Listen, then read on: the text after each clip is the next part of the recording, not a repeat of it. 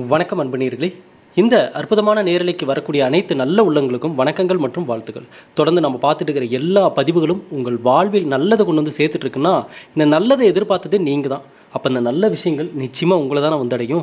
அந்த வகையில் இந்த பதிவில் மேஷம் மற்றும் கன்னி ஐயா, அந்த 2 ராசிக்காரங்க இருக்கக்கூடிய வீடு எப்படி இருக்கும், எந்தெந்த மாற்றத்தை பார்க்க போகிறோம், குறிப்பாக வரக்கூடிய இந்த ஜூன் மாதத்தில் நடக்கக்கூடிய குரு பயிற்சி இடைப்பட்ட காலம் 1 மாதம் இருக்குது. இந்த 1 மாதத்திற்கு முன்பே இந்த கணிப்புகள் உங்கள் காதுக்கு வருவது இறைவனுடைய அருள் உங்களுக்கு முழுமையாக இருக்குன்னு தான் அர்த்தம். ஏன்னா நான் பல பதிவுகளில் சொல்லியிருக்கேன், இறைவனுடைய அருள் இருப்பவர்களுக்கு, பெரியவர்களுடைய ஆசீர்வாதம் இருக்கிறவங்களுக்கு அவரவர்களுக்கான வாழ்க்கைக்கான அந்தந்த சூழ்நிலைக்கான நல்ல வழிகளை கொடுக்கக்கூடிய தகவல்கள் ஏதோ ஒருத்தர் மூலமாக ஏதோ ஒரு இடத்துல அவங்க காதுக்கு வந்து சேர்ந்துடும். அதுவே உங்களுக்கு இறைவனுடைய அருள் இருக்குன்றதுக்கான ஒரு அறிகுறி. ஆகவே இந்த பதிவுகை பார்க்கும் ஒவ்வொரு நபர்களுக்கும் இனி வரக்கூடிய காலங்கள் யாவும் நல்லதே நடக்கும்னு நான் நம்புகிறேன். சரி, இப்போ இந்த பதிவுக்கான பலன் பார்க்கறதுக்கு முன்னாடி எப்படி நம்ம பதிவுகள் பார்த்தவர்கள் மனதில் நல்ல மாற்றத்தையும் முன்னேற்றத்தையும் கொடுத்துருச்சோ, அதே போல் தான் நம்ம நம்பிக்கையோடு தயாரித்து கொடுத்த நல்லதே நடக்கும் கந்திருஷ்டி சாம்பிராணி இன்றைக்கி வாங்கியவர்கள் அனைவரது வீடுகளிலும் நல்ல மாற்றங்கள், நல்ல முன்னேற்றங்கள். ஐயா, இதை தான் நம்ம சொன்னோம், நீங்கள் நம்பிக்கையோடு ஒரு முறை வாங்கி பாருங்கள், அப்புறம் நீங்கள் தொடர்ந்து வாங்கிக்கிட்டே இருப்பீங்கன்னு. இன்றைக்கி வாங்கி பயன்படுத்தியவர்கள் அவங்க நம்மக்கிட்ட அதிகமாக வாங்கி நண்பர்கள் சொந்தக்காரங்க அப்படின்னு அவங்கக்கிட்ட நான் கொடுக்குறேங்க, அவங்களுக்கு நான் சேல் பண்ணுறேன், எனக்கு கொஞ்சம் கம்மியாக ரேட் போட்டு கொடுங்க, இந்த சாம்பிராணி நல்ல மாற்றத்தை கொடுக்குதுன்னு சொல்லி இன்றைக்கி வாங்கின நபர்கள் நம்மக்கிட்ட பல்காக வாங்கி அவங்களுடைய சொந்தக்காரங்க நண்பர்கள்னு சொல்லி எல்லாத்துக்கும் சேல் பண்ணிகிட்ருக்காங்க. அந்தளவுக்கு நல்லதே நடக்கும் கந்திருஷ்டி சாம்பிராணி இன்றைக்கி நல்ல மாற்றத்தை கொடுத்துருச்சு. இதை தான் நான் ஒவ்வொரு வாட்டியும் சொன்னேன். ஐயா, நான் வியாபாரத்துக்காக சொல்கிறேன்னு நினைக்காதீங்க, நீங்கள் வாங்கணுன்றதுக்காக சொல்கிறேன்னு நினைக்காதீங்க. நீங்கள் ஒரே ஒரு வாட்டி வேணால் வாங்கி பாருங்கள், அடுத்த வாட்டி நான் கேட்கவே மாட்டேன், நீங்களே வந்து கேட்பீங்க, எங்களுக்கு கொடுங்க, என் ஃப்ரெண்டுக்கு வேணும், என் நண்பர்களுக்கு வேணும், சொந்த பந்தத்துக்கு வேணும், எனக்கு தீர்ந்துருச்சு கொடுங்க, நீங்களே அதிகமாக வாங்குவீங்க. சரிங்களா? சரி, இப்போ இந்த பதிவுக்கான பலன்கள் என்னன்றதை பார்ப்போம். ஆர்டர் பண்ணணும்னு நினைக்கிறவங்க இந்த நம்பருக்கு ஆர்டர் பண்ணி நீங்கள் வாங்கிக்கோங்க. சரி, இப்போ இந்த பதிவுக்கான பலன் மேஷம் கன்னி இந்த 2 ராசிக்காரர்களும் இருக்கக்கூடிய இடம் எப்படிங்க இருக்கும்? குறிப்பாக மேஷம் தற்போதைய சூழ்நிலை என்னன்றதை ஏற்கனவே சில பதிவுகளில் பார்த்துருந்தோம். தடுமாற்றங்கள் அதிகமாயிருச்சு, மனக்குழப்பங்கள், தலை மேலே எதையோ கல்லை தூக்கி வச்ச மாதிரி ஒரு பாரம், தலை பாரம், நிம்மதியின்மை, தூக்கமின்மை, இதெல்லாம் ஒரு பக்கம் இருந்துகிட்ருக்கு. ஆனால் எல்லா காலகட்டத்திலும் ஏதோ ஒரு வகையில் ஒரு நல்லது ஒரு மனிதனுக்கு வந்து சேர்றது அப்படின்றது அந்த மனிதனுடைய எண்ணத்தையும் செயலையும் பொறுத்து மாறுபடுது. அப்போ மேஷம் இந்த கன்னி 2 ராசிக்காரர்களுக்கு குறிப்பாக இந்த வரக்கூடிய ஜூன் மாதத்தில் இந்த குரு பயிற்சி இதுதான் இப்போ நிறைய பேர் வந்து நம்மக்கிட்ட அதற்கான பலன்கள் போட சொல்லி கேட்டுட்ருக்கீங்க. ஜூன் மாதம் 2ஆம் தேதி இந்த வருடத்திற்கான குரு பயிற்சி நடக்க இருக்குது.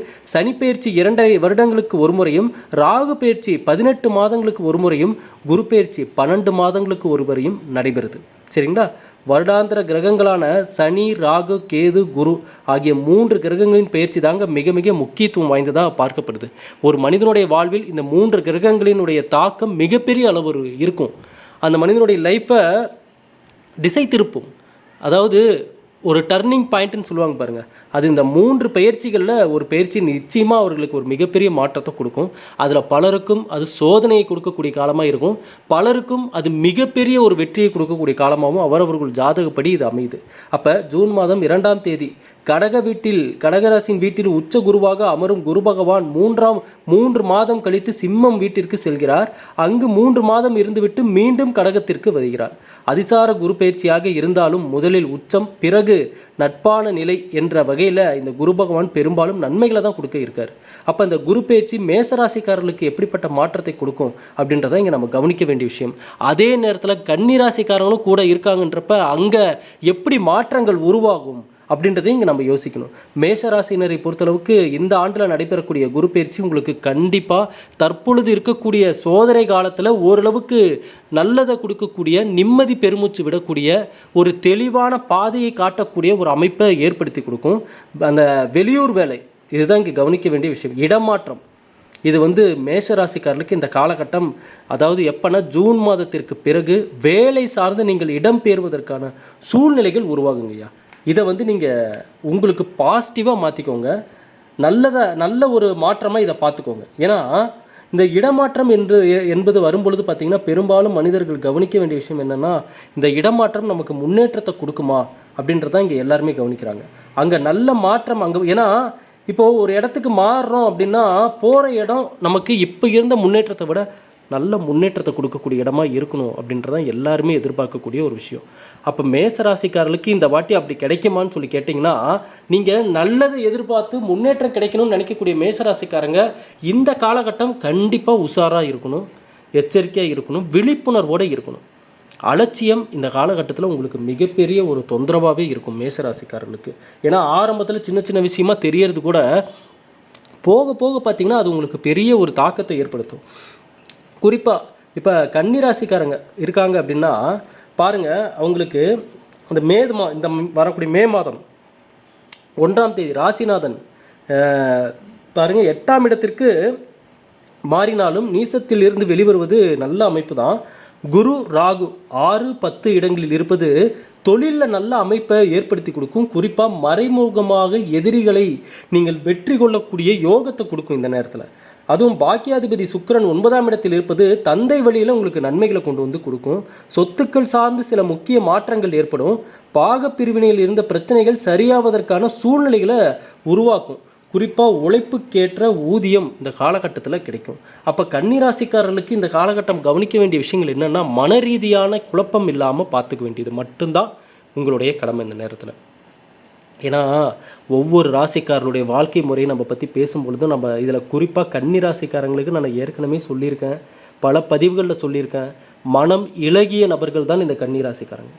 அவங்களுக்கு சாதாரண ஒரு சின்ன விஷயத்தை ஒருத்தர் கஷ்டப்படுறாங்க, ரோட்டில் வந்து ஒரு உணவுக்கு கஷ்டப்படக்கூடிய ஒரு சின்ன குழந்தைய பார்த்தா கூட கண்ணீர் விட்டு அழுக ஆரம்பிச்சு. அந்தளவுக்கு அவங்க பார்த்த உடனே அந்த இலகிய மனம் அவர்களுக்கு அப்படியே அவங்களுக்கு ரொம்ப மிருதுவான ஒரு மனம் கொண்டவர்களாக இவங்க இருப்பாங்க இந்த கன்னிராசிக்காரங்க.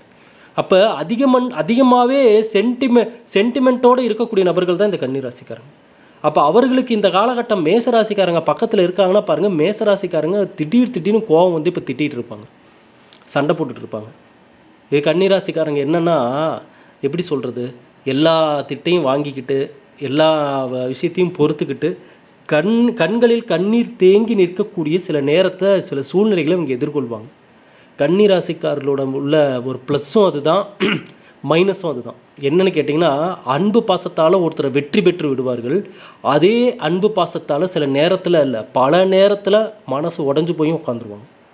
அப்போ கன்னிராசிக்காரர்களுக்கு ஒரு சில இடங்களில் நல்லது ப்ளஸ்ஸை கொடுக்கறது இதே தான், மைனஸை கொடுக்கறது இதுதான். அப்போ தற்போதைய சூழ்நிலையில் மேஷராசிக்காரங்க தயவு செஞ்சு கன்னிராசிக்காரர்களிடம் கோபத்தை காட்டாதீங்க இந்த நேரத்தில். ஒருவேளை கன்னிராசிக்காரர்கள் உங்கள் கோபத்தை அதிகப்படுத்துவதற்கான சில சூழ்நிலைகளை உருவாக்கினாலும் அதை எடுத்து சொல்லுங்கள், புரிய வைங்க. அவசரப்பட்டு நீங்கள் இந்த நேரத்தில் மேஷம் கன்னி இந்த 2 ராசிக்காரங்க இருக்கக்கூடிய இடத்துல சண்டைகள் வருமேயானால், வாக்குவாதங்கள் வருமேயானால் அங்கு புதுசாக பிரச்சனைகள் முளைக்கும். இதுதான் இந்த டைமில் பெரிய பிரச்சனை. இதுவரை வாழ்க்கையில் வராத சில பிரச்சனைகள்லாம் உருவாகும். என்னங்க அப்படி என்னங்க பிரச்சனை வரும்னு கேட்டிங்கன்னா, ஐயா இப்போ மேசராசிக்காரர்களை பொறுத்தளவுக்கு சனி பகவானுடைய தாக்கம் ஒரு பக்கம் இருக்குது. கன்னிராசிக்காரர்களை பொறுத்தளவுக்கு இந்த நேரத்தில் அவங்களாலையும் வந்து சில நேரம் கோவங்களை கட்டுப்படுத்த முடியாத சூழ்நிலைகள் உருவாகும். சரிங்களா?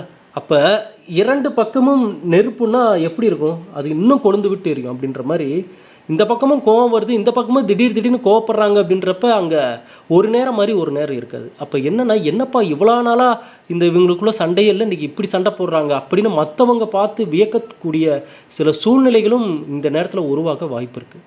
அப்போ இதை தான் நீங்கள் இந்த நேரத்தில் கவனிக்கணும். நீங்கள் என்றைக்குமே நம்ம பதிவை பார்ப்பவர்கள், நம்ம சேனலை சப்ஸ்கிரைப் பண்ணவர்கள், நம்மக்கிட்ட ஆன்மீக பொருட்கள் வாங்கினவங்க எல்லாரும் நம்ம பதிவை பார்த்துட்டு இருக்கீங்க அப்படின்னாவே எல்லோரும் பார்க்கக்கூடிய நபர்கள் எல்லோரும் எந்த சூழ்நிலையாக இருந்தாலும் அந்த சூழ்நிலையை கடந்து நல்லதை அடைவதற்கான ஒரு சக்தி வாய்ந்த மனிதனாக நீங்கள் மாறணும். அதுதான் என்னுடைய ஒரே ஒரு எதிர்பார்ப்பு. நம்ம பதிவை பார்க்குறதுக்கான ஒரே ஒரு நோக்கம் என்னென்னா, நீங்கள் எந்த சூழ்நிலையில் இருந்தாலும் சரி, அந்த சூழ்நிலை உங்களுக்கு என்ன தெரியப்படுத்துது, என்ன உங்களுக்கு கற்றுக் கொடுக்குது அப்படின்றத நீங்கள் புரிஞ்சுக்கிற மனப்பான்மையோடு நீங்கள் வாழ ஆரம்பிச்சிட்டிங்கனாவே போதும். அந்த காலநிலையை நீங்கள் எதற்காக எதிர்கொள்கிறீர்கள் அப்படின்ற உண்மையை புரிஞ்சுக்குவீங்க. அப்போ அடுத்த நிலைமைக்கு நீங்கள் நல்லபடியாக முன்னேறதுக்கான வழிகளை ஈஸியாக அமைத்து கொள்ளலாம். அதாவது ஈஸின்னா கஷ்டம் இல்லாமல் கிடைக்கிற விஷயத்தை நான் சொல்ல, தெளிவாக அமைச்சுக்கலான்னு நான் சொல்கிறேன். ஏன்னா இங்கே கஷ்டம் இல்லாமல் எதுவுமே கிடைக்காதுங்க. நீங்கள் வந்து ஒன்றும் இல்லை, உங்களுடைய அதிர்ஷ்ட நேரம்னு கூட ஒரு திடீர்னு ஒரு பெரிய விஷயம் உங்களுக்கு கிடச்சிருச்சுன்னு வைங்க. என்னப்பா நான் கஷ்டமே படாமல் நல்ல நேரத்துக்கு இந்த விஷயம் கிடச்சிருச்சுப்பா அப்படின்னு நீங்கள் நினைக்கலாம். ஆனால் அந்த நல்ல நேரம் காலம்புல்லாக உங்களுக்கு இருக்குமான்றது கேட்டிங்கன்னா கிடையாது. அப்போ திரும்ப அதை உங்ககிட்ட நிலையாக வச்சுக்க நீங்கள் போராடி தான் ஆகணும். புரியுதுங்களா? அப்போ அந்த விஷயத்தை நீங்கள் மெயின்டைன் பண்ணுறதுக்காக நீங்கள் அதற்காக நீங்கள் தயாராகி தான் ஆகணும். அப்போ என்னென்னா, மனிதனுடைய வாழ்க்கையில் இன்றியமையாத இயற்கையான கசப்பான உண்மை என்ன அப்படின்னா, கஷ்டத்தை தாண்டி தான் ஒரு மனிதன் நல்லதை அடைவான். அது எல்லோருக்கும் இயல்பான ஒரு விஷயம். அது நடந்தே தீரும். இதை ஒரு மனிதனாக நீங்கள் ஏற்றுக்கொள்ள வேண்டும். அவ்வளோதான். நீங்கள் எதுவுமே பண்ண வேணாம், ஏற்றுக்கிட்டிங்கன்னா போதும். சரி, ரைட்டு, இப்படி வரும், இப்படி நடக்கும், இது இயல்பாக வர்றது தான், இதை நம்ம கடந்து போயிட்டால் போதும். அவ்வளோதான். கடக்கும் பொழுது நமக்கு கிடைக்கக்கூடிய அனுபவங்களை அடுத்தடுத்து வரக்கூடிய காலங்களில் இம்ப்ளிமெண்ட் பண்ணிகிட்டே வாங்க. மேஷம் கன்னிராசிக்காரங்க இருக்கக்கூடிய இடத்துல இதை தான் நீங்கள் எப்போவுமே ஃபாலோ பண்ணணும். எடுத்தோடனே எல்லா விஷயமும் உங்களுக்கு தெரிஞ்ச மாதிரிலாம் இருக்காது. அதில் நிறைய தவறுகள் நடக்கும் உங்கள் லைஃப்பில். ஒவ்வொரு இடத்துலையும் நீங்கள் தடுமாறுவீங்க. ஒரு இடத்துல எங்கே நம்பிக்கை வைக்கணும்னு தெரியாமல் நம்பிக்கை வச்சு ஏமாறுவீங்க. அப்போ அந்த ஒவ்வொரு சூழ்நிலையும் உங்களுக்கு அடுத்த நீங்கள் எந்த விஷயத்தில் எப்படி நீங்கள் ஒவ்வொன்றும் நீங்கள் ஹேண்டில் பண்ணுன்ற அந்த ஃபார்முலாவை உங்களுக்கு கொடுத்துக்கிட்டே வரும். ஒவ்வொரு காலநிலையும் உங்களுக்கு கொடுத்துக்கிட்டே வரும். படிப்பினை அதை கற்றுக்கொள்ள வேண்டும் என்ற ஒரு தீர்க்கமான ஒரு விஷயத்தை ஏற்றுக்கொள்பவர்களாக தான் இந்த ராசிக்காரங்க இருப்பாங்க பெரும்பாலும். மேஷம் என்ன? மேன்மையை கொண்ட நபர்கள், மேன்மையான எண்ணத்தை கொண்ட நபர்கள். கன்னிராசிக்காரங்க அன்பு பாசத்திற்கு ஏங்குபவர்கள். அப்போ இந்த 2 ராசிக்காரர்களும் ஒற்றுமையுடன் இருக்கக்கூடிய இடத்தில் அவர்கள் சரியான இடத்துல இருக்கணும். இவர்கள் மேச ராசிக்காரங்க என்ன பண்ணிடுறாங்க? யாரை நம்புறதுன்னு தெரியாமல் அவசரமாக நம்பி ஏமாறுறது. கன்னிராசிக்காரங்க என்ன பண்ணிடுறாங்க? அதான் நான் சொன்னேன் பார்த்தீங்களா, அன்பு பாசம்ன்ற விஷயத்தில் பல இடத்துல அவங்க மனசு நொறுங்கி போகுது. பல இடத்துல அவங்க மனசு உடஞ்சி போய் உட்காடுறாங்க. ஐயா, இங்கே நடக்கக்கூடிய இந்த விஷயங்கள்லாம் எங்கெங்கே பாதிக்கும்னு கேட்டிங்கன்னா, வேறு எங்கேயும் இல்லை, உங்களுடைய டார்கெட்டை நோக்கி நீங்கள் போக மாட்டீங்க. உங்கள் டார்கெட்டை நோக்கி நீங்கள் போகவே மாட்டீங்க. எங்கேயாவது திசை திரும்பி எங்கேயோ மூலையில் உட்காந்து யோசிச்சுட்டு இருப்பீங்க. இங்கே மனிதன் கடவுள் கொடுத்த இந்த ஒரு வாழ்வில் 90% மனிதர்கள் இந்த உலகத்தில் பண்ணுற தவறு என்னென்னா, தன்னுடைய பாதையை கடைசி வரை அவர்கள் பயணிக்க வேண்டிய பாதையில் பயணிக்காமல் போகிறது தான். நீங்கள் யாரை வேணாலும் எடுத்துக்கோங்க, இந்த பதிவை பார்க்குறவங்க, உங்கள் நண்பர்கள், சொந்தக்காரங்க, யாரை வேணாலும் எடுத்துக்கோங்க. அவங்க லைஃப்பில் அவங்க ஆரம்பத்தில் போட்ட டார்கெட் என்ன, அவங்க எந்த இடத்த அடையணும், அவங்களுடைய லட்சியம் என்ன, அவங்க எய்ம் என்ன, அதை கரெக்டாக போய் அடைஞ்சிட்டாங்களான்னு கேட்டிங்கன்னா கண்டிப்பாக 90% நபர்கள் அடைஞ்சிருக்க மாட்டாங்க. ஏன்னா அவங்க லைஃப்பில் நடுவில் வர பல சூழ்நிலைகள், பல நபர்கள், பல விஷயங்கள் அவங்கள திசை திருப்பி விட்டுரும். அவங்க மனசை உடஞ்சி அவங்கள எங்கேயோ ஒரு இடத்துல என்னடா வாழ்க்கைன்னு நினச்சி உட்கார வச்சிரும். அப்போ அந்த இடத்துல தான் மனிதர்கள் தப்பு பண்ணுறோம். என்ன பண்ணுறோம்? அங்கே நம்ம மனசு உடஞ்சி உட்கார அந்த நேரம் நம்ம கூட டைமும் காலமும் உட்காராது, சூழ்நிலைகள் உட்காராது. ஐயா, இங்கே ஒரு மனிதனுக்கு என்ன விஷயம் நடந்தாலும் சரி, காலம் கடந்துக்கிட்டே தான் இருக்கும், நேரங்கள் ஓடிக்கிட்டே தான் இருக்கும். அந்த மனிதன் மனசுடைஞ்சு உட்காந்துட்டானேன்னு சொல்லி அவனுடைய ஜாதகப்படி கிரகநிலைகள் பலன்களை கொடுக்காம போக போகிறது இல்லை, இங்கே நேரம் ஓடாமல் போகிறது இல்லை, காலங்கள் கடக்காமல் போக போகிறது இல்லை. எல்லாம் கடந்து வேக வேகமாக போயிட்டுருக்கும். அப்போ நாம் மனதொடைந்து உட்காரக்கூடிய ஒவ்வொரு நிமிடமும் நமக்கு தான் லாஸ். சரிங்க, இந்த ஒரு கடவுள் கொடுத்த இந்த ஒரு வாழ்க்கையில் லட்சியம் எய்முன்னு அதை நோக்கியே நம்ம போகிறோம், சம்பாதிக்கிறோம், ஏதாவது ஒன்று நம்ம வீடு கட்டுறோம், கார் வாங்கணும், இதுக்கே ஓடிட்டு இருந்தால் நம்ம வாழ்க்கையை எங்கெங்கே நம்ம அனுபவிக்கிறதுன்னு கேட்டிங்கன்னா, ஐயா, ஒரு மனிதனுடைய அன்றாட தேவையில் உங்கள் குடும்பத்திற்கான எதிர்காலத்தை நம்ம உருவாக்கிக்கிறதே இங்கே ஒரு பெரிய கடமையாக தான் இருக்குது. அதற்காக நம்ம ஓட வேண்டியது தான் இங்கே ஒரு பெரிய கடமையாக இருக்குது. ஆனால் அப்படி ஓடக்கூடிய வாழ்க்கையிலையும் நல்ல ஒரு வாழ்க்கையாக அமைச்சுக்கிட்டு கிடைக்கிற நேரத்தை குடும்பத்தோடு செலவு பண்ணி நல்ல ஒரு முன்னேற்றத்தை பார்க்கக்கூடிய மகிழ்ச்சியான குடும்பத்தை அமைச்சுக்கோங்க. இவ்வளோ தான் நான் சொல்ல வர விஷயங்கள். இதுதான் இங்கே ஒரு மனிதனுக்கு கிடைக்கிறது பெரிய கஷ்டமாக இருக்குது. எத்தனை ஜாதகங்கள், எவ்வளோ பிரச்சனைகள், எல்லாரும் சொல்ல முடியாத அளவுக்கு வாழ்க்கையில் பிரச்சனைகள் நடந்த நபர்கள்லாம் ஜாதகம் பார்க்க வரப்பெல்லாம் நம்ம அவங்க ஜாதகம் பார்க்குறப்ப எவ்வளோ பிரச்சனைகளை தாண்டி வாழ்ந்துட்டுருக்காங்க. அப்போ மேஷம் கன்னி இந்த 2 ராசிக்காரர்களுக்கு குரு பயிற்சியில் ஒரு மாற்றம் காத்திருக்கு. அந்த மாற்றத்திற்கு நீங்கள் தயாராகுங்க. நடுவில் இப்போ நான் சொன்ன மாதிரி இப்படி ஒரு நல்ல மாற்றம் வருதுன்னாலும் இன்னொரு பக்கம் சில தடங்கல்கள் வர மாதிரி சில விஷயங்களும் வரும். அது என்னன்னா, அதற்கு காரணமும் நீங்களாக தான் இருப்பீங்க. எப்படின்னா, இவர்களிடம் வரக்கூடிய கோபமும் கன்னிராசிக்காரர்களிடமும் அந்த நேரத்தில் வரக்கூடிய அடிக்கடி சில கோபம் வரும். கன்னிராசிக்காரங்களுக்கும் கோபம் வரும். யார் சொன்னால் வராதுன்னு? வரும் அவங்களுக்கும். என்ன அந்த வந்தால் பேசவே கன்னிராசிக்காரங்க கோபம் வந்தால் பேசவே மாட்டாங்க. ஒரு வாரம்னாலும் அப்படியே வைராக்கியமாக பேசாமல் உட்காந்துட்டு இருப்பாங்க. அதுதான் கன்னிராசிக்காரங்க. அதே போல் ஒரு ரகசியத்தை காப்பாற்றி கொள்ள முடியாதவர்களாக இந்த கன்னிராசிக்காரங்க இருக்காங்கன்றது பெருமளவுக்கு இது நடக்குது நிறைய பேர் லைஃப்பில். ரகசியத்தை என்னங்க ரகசியத்தை காப்பாற்றாமல் விட்டுட்டோம் அப்படின்னு கேட்டிங்கன்னா, கன்னிராசிக்காரர்கள் தன் வாழ்க்கையில் நடந்த துயரங்களை, வாழ்க்கையில் நடந்த மகிழ்ச்சியான தருணங்களை நிறைய வெளிக்காட்டிடுறாங்க, நிறைய எக்ஸ்போஸ் பண்ணுறாங்க. நீங்கள் ஒன்றும் இல்லை, இந்த பதிவை பார்க்கக்கூடிய கன்னிராசிக்காரங்களே பாருங்கள். ஒன்றும் இல்லை, ஒரு எக்ஸாம்பிளுக்கு சொல்கிறேன். கன்னிராசிக்காரங்க யார் எடுத்து பார்த்தாலும் பாருங்கள், அடிக்கடி ஸ்டேட்டஸ் போட்டுக்கிட்டே இருப்பாங்க மொபைலில். நீங்கள் நல்லா நோட் பண்ணி பாருங்கள். அடிக்கடி மொபைலில் ஸ்டேட்டஸ் போட்டுக்கிட்டே இருப்பாங்க. அவங்களுடைய சூழ்நிலையை அந்த ஸ்டேட்டஸ் மூலமாக உணர்த்திக்கிட்டே இருப்பாங்க. அடிக்கடி அந்த அந்த அந்த ஒரு கவிதையாக தான் வைப்பாங்க ஸ்டேட்டஸு. ஏதோ ஒரு விஷயத்த அவங்களுடைய அந்த சூழ்நிலையை வெளிப்படுத்தணும்னு நினைக்கிறாங்க. அப்போ இந்த இடத்துல எங்கெங்கே நாங்கள் தப்பு பண்ணுறோமா அப்படின்னு சொல்லி கேட்டிங்கன்னா, கன்னிராசிக்காரங்க இங்கே தான் இந்த உலகத்திற்கான ஒரு ஃபார்முலாவை மிஸ் பண்ணுறாங்க, ஒரு விதிமுறையை உடைக்கிறாங்க, ரூல்ஸை பிரேக் பண்ணுறாங்க. என்னங்கன்னு கேட்டிங்கன்னா, எதை மனிதன் தனக்குள் வைத்து கொள்ள வேண்டுமோ அதை வைத்து கொண்டால் மட்டுமே அவன் அடுத்த நிலைக்கு செல்வான். எதை வெளிக்கொண்டு வரணுமோ அதை மட்டும்தான் நம்ம வெளிக்கொண்டு வரணும். அப்போ இங்கே எதெல்லாம் உங்களுக்குள்ளே நீங்கள் வச்சுக்கணுன்னா, உங்களுடைய வீக்னஸ், உங்களுடைய வாழ்வில் நடந்த சில முக்கிய தருணங்கள், அது உங்களுக்கு சோகத்தை கொடுத்துருக்கலாம், கவலையை கொடுத்துருக்கலாம், ஏமாற்றத்தை கொடுத்துருக்கலாம், அழுகையை கொடுத்துருக்கலாம். அதை நீங்கள் வெளியே பேசிட்டா அது பாரம் குறைஞ்சிரும்னு நீங்கள் நினைப்பீங்க.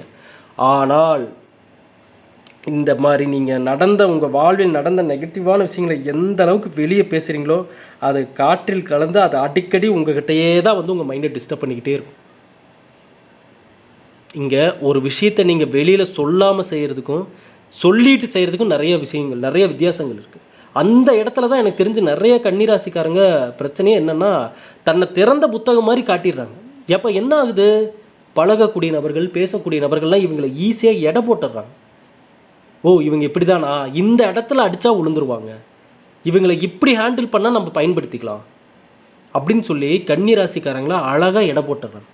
இது எத்தனை நபர்கள் நம்மக்கிட்ட ஜாதகம் பார்த்தவங்க கன்னிராசிக்காரங்க, ஐயா நீங்கள் சொன்னது 1000% உண்மை, நான் இப்படி தான் வெகுளியாக இருந்துட்டேன், யார்கிட்ட என்ன பேசுகிறதுன்னு தெரியாமல் எல்லாத்தையும் ஒளரி எல்லாம் சொல்லி என்னை ஈஸியாக எடை போட்டுருவாங்க.